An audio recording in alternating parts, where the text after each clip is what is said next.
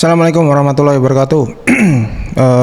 Teman-teman, buat yang masih mencari pekerjaan, mencari rezeki, kemudian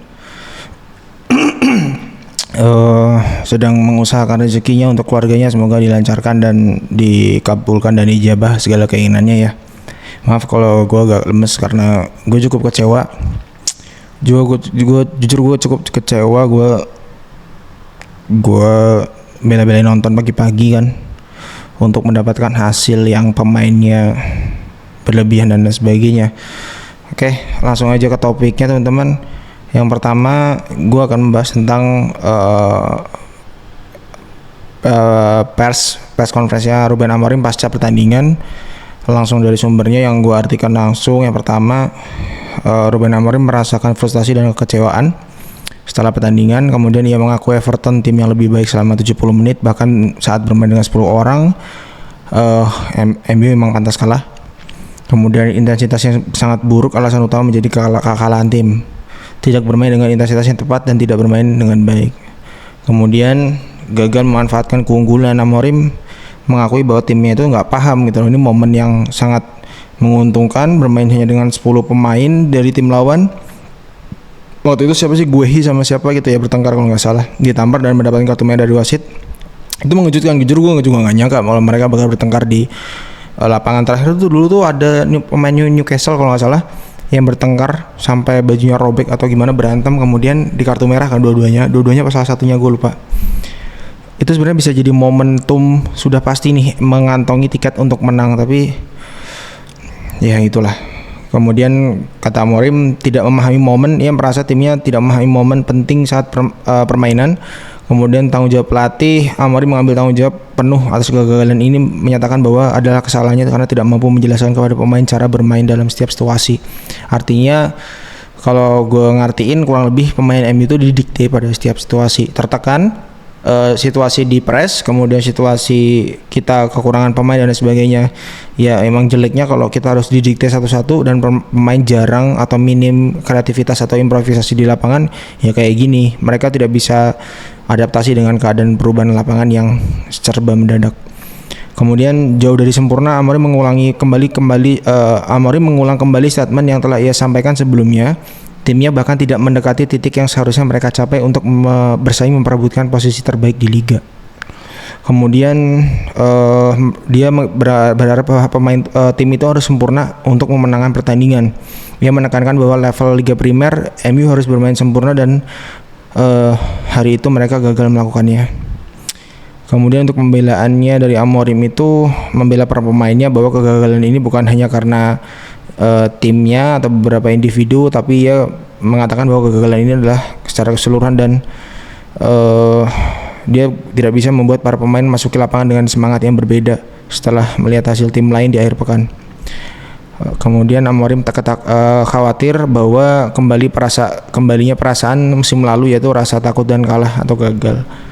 Meskipun frustasi, ia menegaskan bahwa mereka akan segera kembali berlatih esok hari untuk mempersiapkan pertandingan berikutnya di tanggal 30 lawan Crystal Palace ya.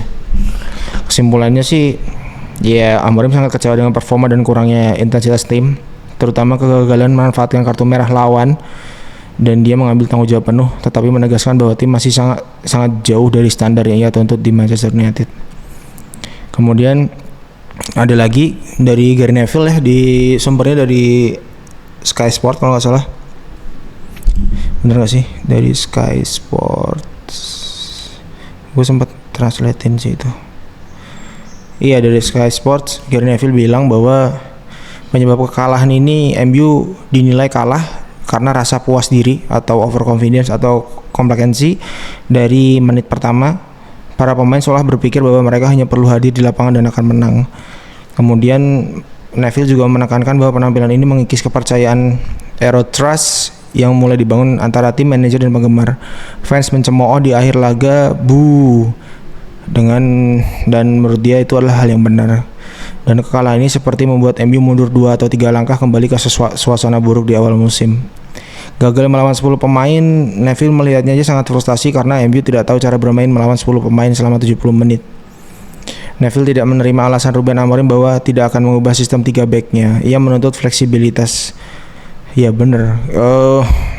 terlalu sistematis juga nggak baik kalau menurut gue sih. Neville mengatakan wingback seperti Luke Shaw harus didorong maju dengan winger kiri dan para back sentral harus lebih berani maju. Terlalu negatif MU pedestrian seperti pejalan kaki. Kemudian mereka seharusnya membanjiri pertahanan Everton, the float forward, membuat lawan kelelahan dengan menggeser bola dari sisi ke sisi.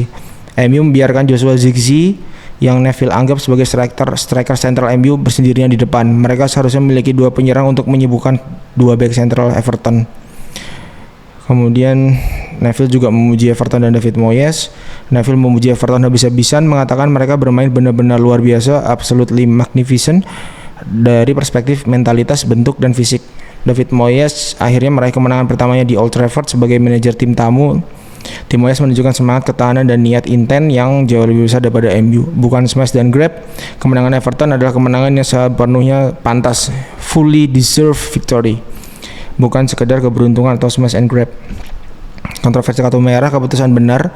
Neville berpendapat bahwa wasit benar memberikan kartu merah kepada Idrissa Gueye. Gue kira Guehi Everton karena dianggap menampar rekan setim meskipun itu adalah meskipun itu adalah insiden yang jarang terjadi. Neville menyimpulkan bahwa kekalahan ini telah mengikis kepercayaan dan mengirim MU kembali ke titik nol. Tepat saat mereka seharusnya memulai periode musim dingin yang dengan pendirian yang kuat. Gue sedikit mengomentari ya hasil nonton tadi pagi. Kecewa banget, kelihatan banget. Menit awal sempat diserang kemudian di counter dengan counter yang sangat bagus, menurut gue cukup rapi walaupun finishingnya masih kurang. Tapi bisa dilihat bahwa pemain MU kemudian di menit-menit mulai dari 10 menit ke atas overconfidence. Gue terlalu melihat pemain MU overconfidence dari awal ketika 11 lawan 11 dan ditambah lagi jadi overconfidence ketika 11 lawan 10. Kelihatan banget. Bruno, kalau gue lihat kolom komentar yang ngata-ngatain Bruno bener. Kalau menurut gue untuk pertandingan ini gue setuju. Bruno berlebihan, dia terlalu overconfidence, dia tidak melihat sekitar, dia menganggap finishing dia yang terbaik, kelihatan banget itu. Bumo, gue nggak tahu ya, Bumo tuh dia selalu minta pas dari teman-temannya tapi dia nggak pernah passing buat ke teman-temannya. Dia minta teman-temannya percaya sama dia tapi dia nggak kelihatan banget dari pertandingan tadi malam itu bahwa percaya ke teman-temannya. Bahkan ya udah jelas-jelas Zirkzee waktu itu ada momen dia tidak ngumpan lagi. Dia nggak ngumpan dan dia ngiring sendiri dan akhirnya kehilangan bola, turnover kan, direbut oleh pemain lain. Itu mengecewakan banget sih. Jujur nggak kelihatan intensitasnya, justru malah menonjolkan overconfidence. Pemain MU terlalu percaya diri berlebihan. Itu mengecewakan bagi gue. Sebenarnya gue nggak kaget hasil ini. Yang gue kaget itu adalah gue nggak kaget kalau hasilnya imbang atau kalah. Tapi gue lebih kaget adalah lu kalah di saat dari menit awal lu tuh bermain ngelawan 10 orang, Jack. Lu ngelawan 10 orang. Bukan ngelawan 11 lawan 11 nih. Lu ngelawan 10 orang. Ibaratnya kalau lu menang pun bakal jadi meme dibantu wasit kan. Karena kartu merahnya bukan karena pemain MU dia tackle pemain MU, enggak. What a shame, man. Itu benar-benar memalukan buat gue. Gue di video kemarin gue udah ngomong bahwa MU itu presentasi kemenangannya 40%, 30% imbang, 30% kemenangan Everton. Gue kenapa bilang gitu? Karena gue dari awal udah tahu bahwa squad ini, bukan dari awal udah tahu, gue dari awal ngelihat sebagai pengamat amatiran, gue menganggap bahwa squad ini masih imbalance dan masih inconsistent. Itu penyakitnya. Jujur gue kalau siapa yang harus disalahkan, jujur ya gue justru tarik sebelumnya si Botak. Serius, gue bukan cari kambing hitam, tapi itu fakta gitu loh. Itu kan transfer si Botak, kecuali Dorgu emang Amorim yang minta kan kalau nggak salah. Correct me if I'm wrong ya. Itu kan si Botak, squad-squadnya si Botak semua. Belandanese kan, terlalu mengandalkan kebelandaan di MU dan bener-bener mengecewakan. Sumpah itu, itu jelek banget dari. Nggak ngerti lagi gue. Mestinya dalam artian permainannya jelek, intensitasnya nggak ada, pressingnya juga jarang, kebanyakan ngasih ruang. Di saat musuh tuh udah bermain dengan 10 orang terlalu santai. mereka nggak mau memaksimalkan. Gue di video sebelumnya gue udah bilang segera menangkan 1 gol dan kill the game dengan gol kedua. Jangan 1 gol kemudian melempem. Ini melempem dari awal dong. Gimana nggak kecewa coba? Gue nontonnya sampai geleng-geleng. Buset, kok berubah banget ya? Apa gue sampai mikir, gue coba berhusnuzon kan? Apa mungkin kecapean karena jeda internasional kan? Rata-rata penggawa MU kan dipanggil timnas dan main semua tuh rata-rata, hampir semuanya lah. Katakan you name it lah, Senne Lammens main, gue nggak tahu Leny Yoro, Matthias de Ligt main, kemudian Luke Shaw enggak, Nocer Mazraoui main, Bruno Fernandes of course hat-trick bro, Casemiro jangkarnya Brazil, siapa lagi, Dorgu main di Denmark, you name it lah. Kayak misalnya contoh Zirkzee jelas nggak dipanggil karena dia di MU pun waktu itu kan cadangan terus. Cunha main, tapi Cunha ya bisa cedera kecil kan. Bumo jelas main, Diallo of course. Lihatlah, gue sempat berusaha apa ini kecapean ya, tapi kalau gue lihat pemain-pemain lain yang dipanggil ya nggak gitu juga sih, gitu loh. Dan setahu gue, walaupun gue nggak nonton semua pemain-pemain waktu main di timnas, gue nggak lihat bahwa mereka itu juga dimainkan di forsir segitunya sih. Mereka juga nggak segitu amat jadi tulang punggung negaranya masing-masing. Masih banyak pemain-pemain bagus dari negara masing-masingnya juga menggendong bareng-bareng negaranya. Gue nggak ngerti lagi, dan gue nggak tahu apakah ini overconfidence dari pemainnya atau overconfidence dari Amorimnya juga. Gue ngeliat beberapa highlight ketika si Cunha waktu itu di interview waktu latihan di MU, terlalu atmosfernya tuh happy, tapi atmosfernya tuh happynya terlalu santai. Gue nggak ngeliat titik kedisiplinannya, gue nggak ngeliat titik apa ya namanya ya, prihatinnya. Kalau kita orang Jawa ngomong prihatin itu dalam artian ya kita mawas diri, kemudian kita selalu waspada. Efek dari prihatin kan itu. Tapi kenyataannya gue nggak ngelihat itu sama sekali. Gue nggak ngelihat bahwa ada perbaruan yang signifikan di MU. Permainannya gitu-gitu aja gitu loh. Ketika kalian unbeaten, bahkan unbeaten kalian tuh dua laga terakhir tuh imbang, bukan menang. Dan imbang kalian tuh hampir kalah yang terakhir ngelawan Tottenham Hotspur. Itu menjelaskan bahwa kalian itu mulai ada pertanda permainan kalian tuh entahlah bisa dibaca atau permainan kalian itu udah mulai melorot dari segi intensitas, progresifnya dan lain sebagainya. Tapi nggak ada koreksi sama sekali. Gue nggak ngelihat pertandingan itu sebagai pertandingan yang wah, cuman hampir masuk Zirkzee di tipis kiper. Tapi emang gue shout out untuk kipernya Everton, si siapa namanya, Pickford, bagus banget mainnya, serius gue bagus, itu gue ngelihat bagus banget. Senne Lammens sebenarnya lumayan bagus juga, cuman ya nggak bisa terlalu dilihat kan ngelawan 10 orang dan mereka sekalinya dapat bola gol. Itu mengecewakan. Shit happen memang terkadang sepak bola itu shit happen gitu loh. Gue tahu gitu loh. Gue ngeliat pertandingan itu juga memang mayoritas dikuasai MU dari segi segala tembakan dan lain sebagainya. Tapi kelihatan kan 26 shot kalau nggak salah. 26 atau 25 lebih shot. Nggak ada yang hasilkan gol. Overconfidence kalian tuh. Overconfidence. Bruno egoisnya makin kelihatan. Gue nggak ngerti lagi Amorim apa ngasih misi spesial buat Bruno Fernandes atau gimana. Kalau saran gue, kalau memang sebagai pengamat amatiran, kalau saran gue memang kalau memang Bruno itu bisa diinstruksi, kasih instruksi. Lu nggak usah egois nyet. Fokus dulu, kasih makan tuh striker, kasih makan tuh pelapis strikernya. Lu nggak usah egois deh syuting panjang buat apa? Kalau emang nggak ada celah, lu tarik itu sisi kanan sisi kiri kayak City. MU dulu juga kayak gitu, Gary Neville umpan panjang, umpan silangnya sering banget. Ashley Young umpan ke Valencia umpan ke Ashley Young, kemudian Fletcher kemudian umpan ke samping dulu, tarik backnya sampai ruang tengah kebuka baru umpan ke tengah. Ini enggak, progresi ke samping kemudian langsung ke tengah, samping tengah. Dan yang gue lihat, gue juga menyadari sebenarnya ini adalah ada sebab akibatnya, karena Amorim mulai menekankan permainan counter attack, dan nggak mungkin dong pemain orang lawan itu bermain dengan 10 orang diharapkan mereka akan pressing ke depan dan kita bisa fast break atau counter attack sebanyak itu. Artinya kalau ketika musuh itu bermain 10 orang, taktiknya harus diubah, nggak bisa lagi counter attack, pancing pemain depan supaya ini stretch, formasinya stretch nggak numpuk di tengah, kemudian ya nggak bisa kayak gitu. Ini 10 orang yang lu lawan, Jack, bukan ngelawan 11 orang. Gue masih ngerti kalau kontrak kita masih jalan ketika 10 orang di menit ke 60, menit ke 65, itu gue masih bisa ngerti. ini 10 orang dari menit awal loh. Menit yang masih awal-awal. Lu mau ngarepin apa?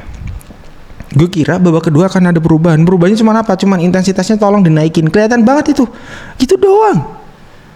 Buset, gue astaga, overconfidence. Buset, gue ngeliat pemainnya, aduh, kacau banget. Kayak jadi pada belagu lu ya. Gue kalau bisa boleh ngomong, ya gue sebagai pengamatiran gue ngeliatnya kayak gitu. Dan ternyata bener. Gary Neville satu suara sama gue. Dia bilang pemain ini cuman nganggapnya ya MU kalau kita tinggal main kayak biasa terus menang. Gila, overconfidence coy. Sombong amat. Wah, sumpah tuh ngecewain banget sih. Gue gak nyangka sejelek itu bakal mainnya. Gue gak bilang bahwa MU gak ada penyerangan. Penyerangannya banyak bos. 11 lawan 10. Statistiknya juga kelihatan. Cuman apa gak ada yang efektif. Lu tembak dari tengah, lu tembak dari luar kotak penalti, asalkan dia ngarah ke gawang, entah itu kiper apa, dianggapnya shoot on goal. Bukan gol tapi. What a shame man. Gue jujur di pertandingan ini ngerasa bahwa mereka semua layak dijual sih. Layak dijual semuanya, termasuk Bruno Fernandes. Gue nggak peduli kalau misalnya gue dikatain bahwa sok-sokan bocil lu ngatain Bruno Fernandes, ya terserah lu sob. Kalau bagi gue jelek banget. Bruno Fernandes tidak mencerminkan kapten. Dia tidak mencerminkan sebagai gelandang kreativitas. Dia lebih ke gelandang yang mengisi pos-pos yang ditinggalkan pemain. Nggak ngerti lagi gue. Pemain MU sekarang overconfidence. Gue harap emang ada perubahan. Nanti ngelawan Crystal Palace gue harap semuanya ada perubahan. Semuanya ada mawas diri dan sadar diri. Jack, hasil bagus lo tuh masih ibaratnya masih cuma naik sebetis gitu loh. Belum sampai ke tahap badan ataupun leher. Nggak usah berasa dilangat dulu. Lo harus sadar diri dulu. Kita membuang peluang. Kalau misalnya MU itu permainannya minimal kayak ngelawan Tottenham kemarin atau minimal ngelawan Sunderland kemarin, gue yakin 3-0 nggak kemana. Gue yakin MU itu bakal 4 besar itu. Gila. Malu-maluin coy. Permainan kayak gitu loh. Di saat tim-tim tetangga lu kalah semua, masa lu ikutan? Lu mau ngapain? Reuni? Mau joget bareng? Ngapain Jack? Gila, malu-maluin banget. Gue nonton tuh bela-belain pakai jersey gue tuh. Bela-belain, wah jersey MU dada gue. Tapi apa ya jadinya mainnya kayak gitu? Mentalitasnya tuh mentalitas yang kalau lu ngelawan tim kecil, tim kecil nih, tim antah berantah nih, nggak kayak mentalitas yang udah dilatih secara Alex Ferguson. Lu mau tim jelek atau tim gede atau tim kecil, bagi mereka lawan udah lawan. Dan mereka setiap harinya, setiap kali mereka bertanding wajib becek-becek musuh lawan, musuh. Wajib becek-becek musuh. Mental mereka kayak gitu, tanpa harus merendahkan. Bagi mereka semua lawan profesional. Dan sekarang kok bisa-bisanya kalian mengklasifikasikan ini tim kecil harus ya easy win lah dan lain sebagainya. Itu gue jujur, lu lihat gak video gue yang kemarin? Kelihatan gue nggak ada ngeremehkan Everton malah peringkatnya di luar 10 besar. Gue nggak ngeremehkan karena apa? Gue tahu MU masih inkonsisten, masih kelihatan dari squadsnya. Ya Allah, gapnya tuh loh pemain cadangan sama pemain inti jauh banget gap. Astaga, gue kecewa banget. Sumpah gue kecewa banget. Gak nyangka gue. Gak usah ngomongin transfer lah. Lu fokus balik lagi ke video gue sebelumnya. Gue udah bilang gak usah lu ngomongin pemain muda, pemain sebagainya. Lu lihat tuh pemain inti kayak gitu, pemain cadangan kayak gitu. Sosokan ngomong pemain muda, terbitin pemain muda. Mau ngapain ngap? Mau balik lagi peringkat 15. Lu lihat tuh pemain inti semua tuh, pemain senior semua tuh, pemain jam terbang tinggi semua tuh. Mainnya kayak gitu. Lu minta pemain muda diorbitin, mengapain ngap? Jadiin MU badut lagi. Malu-maluin doang.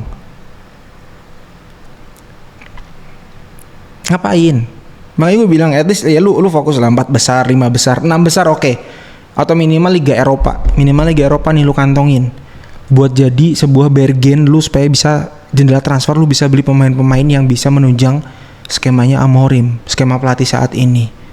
Nggak usah sosokan ngomong pemain muda diorbitin, pemain muda orbitin terus buat apa? Endingnya dijual. Lu mau jadi pemain klub jual beli kayak Dortmund, lu pengen jadi klub jual beli kayak Leipzig, Yang bagus dikit jual mahal, bagus dikit jual, buat ngapain? Mau bisnis, sekalian buka perusahaan aja. Nggak usah bikin klub bola. Fokusnya apa? Kalau memang fokus bisnis buat klub, lu fokus aja prestasi, otomatis apa sih yang bikin MU itu terkenal? Apa sih yang bikin MU itu klub besar? Filosofi menang, filosofi trofi. Cerita di balik itu semua, cerita perjalanan Sir Matt Busby dan lain sebagainya, ada Busby Babes, kemudian ada perjalanan teman-teman seperti Mark Hughes dan lain sebagainya, kemudian ada Ferguson. Itu prestasi semua, bro. Baru MU bisa sebesar sekarang. Lu mau ngapain? Gue juga gak ngerti manajemen gimana. Gue berharap manajemen itu fokus untuk prestasi dulu nih. Jangan banyak bicara, jangan banyak ngomong beli ini beli itu menerbitkan ini class of 92.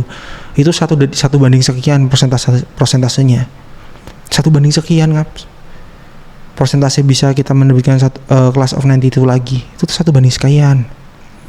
Di zaman sekarang era sosmed, pemain Gen Z-nya tuh sosokan diperintah dikit lembek, ngamuk-ngamuk di sosial media. Zaman dulu mana ada David Beckham sampai dilempar sepatu nggak sengaja tuh sobek, sininya sobek, dijahit waktu mau tanding, dijahit. Nggak ada sosial media kayak gitu. Nggak tahu, semoga tanggal 30 ntar ngelawan Crystal Palace ya kalau nggak salah, ada perbaikan yang signifikan atau gimana. Pokoknya menang wajib. Kalau lu mau masih memupuk asa untuk jendela transfer di musim depan itu mendapatkan pemain yang maksimal, lu wajib minimal Liga Eropa dulu. Jangan Conference League. Menurut gua Conference League itu tidak meyakinkan. Even though lu menang Conference League bisa ke Liga Champion ya, kayak sisi biru tuh nggak jelas. Kayak gitu. Menurut gua mengecewakan banget sumpah. Nggak layak menang, overconfidence. Padahal permainnya udah bisa terbilang lebih rapi, udah mulai semakin matang, tapi intensitasnya kurang, overconfidence, salah umpan nggak nyampe, apaan coba? Nggak jelas. Ya,